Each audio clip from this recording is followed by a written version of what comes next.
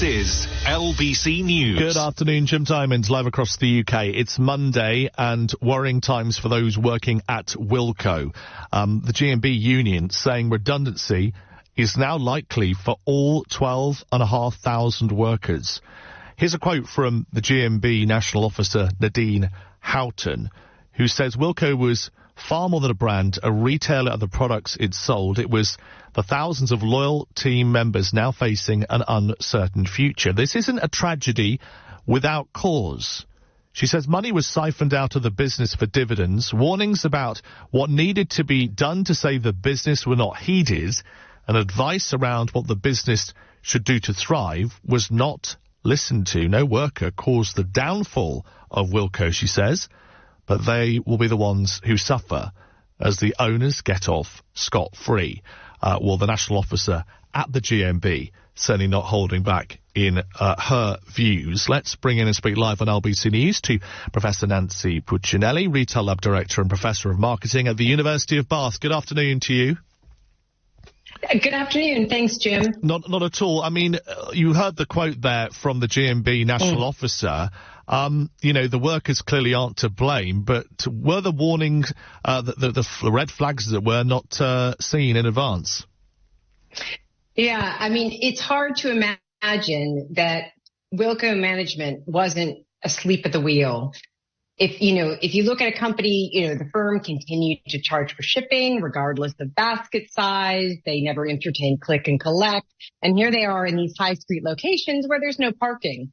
So without kind of having insider knowledge as to what the guidance was, simply from, I'm from the Bath Retail Lab and, my colleagues and I are it's pretty clear the writing is on the wall.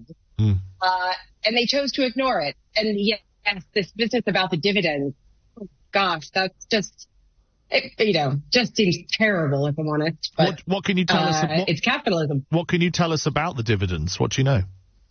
Well, only that, so the stakeholders, so that's going to be a mix of sort of management and, the people who, have, sort of a stake in the business, before they went into administration, which is, not coincidental, they paid themselves 77 million pounds in dividends.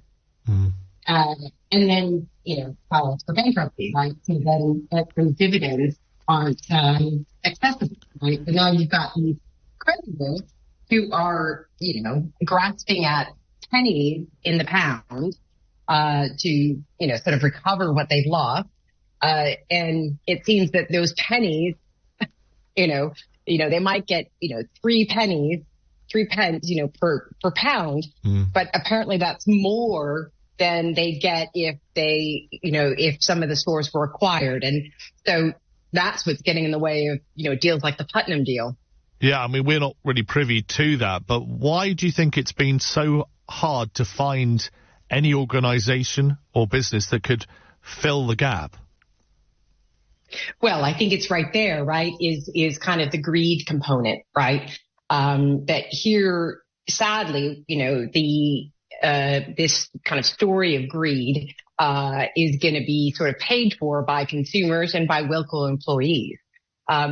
That, in the first instance, we have these, sort of stakeholders who made a rather interesting decision, given that the company was already experiencing cash flow issues.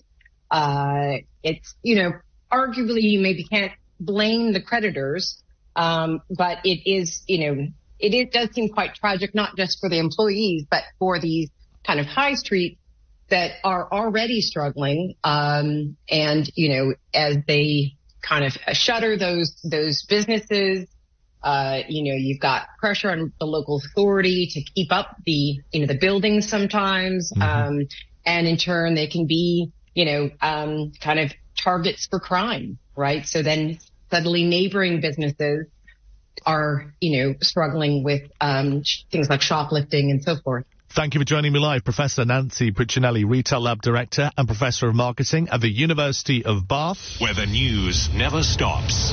LBC.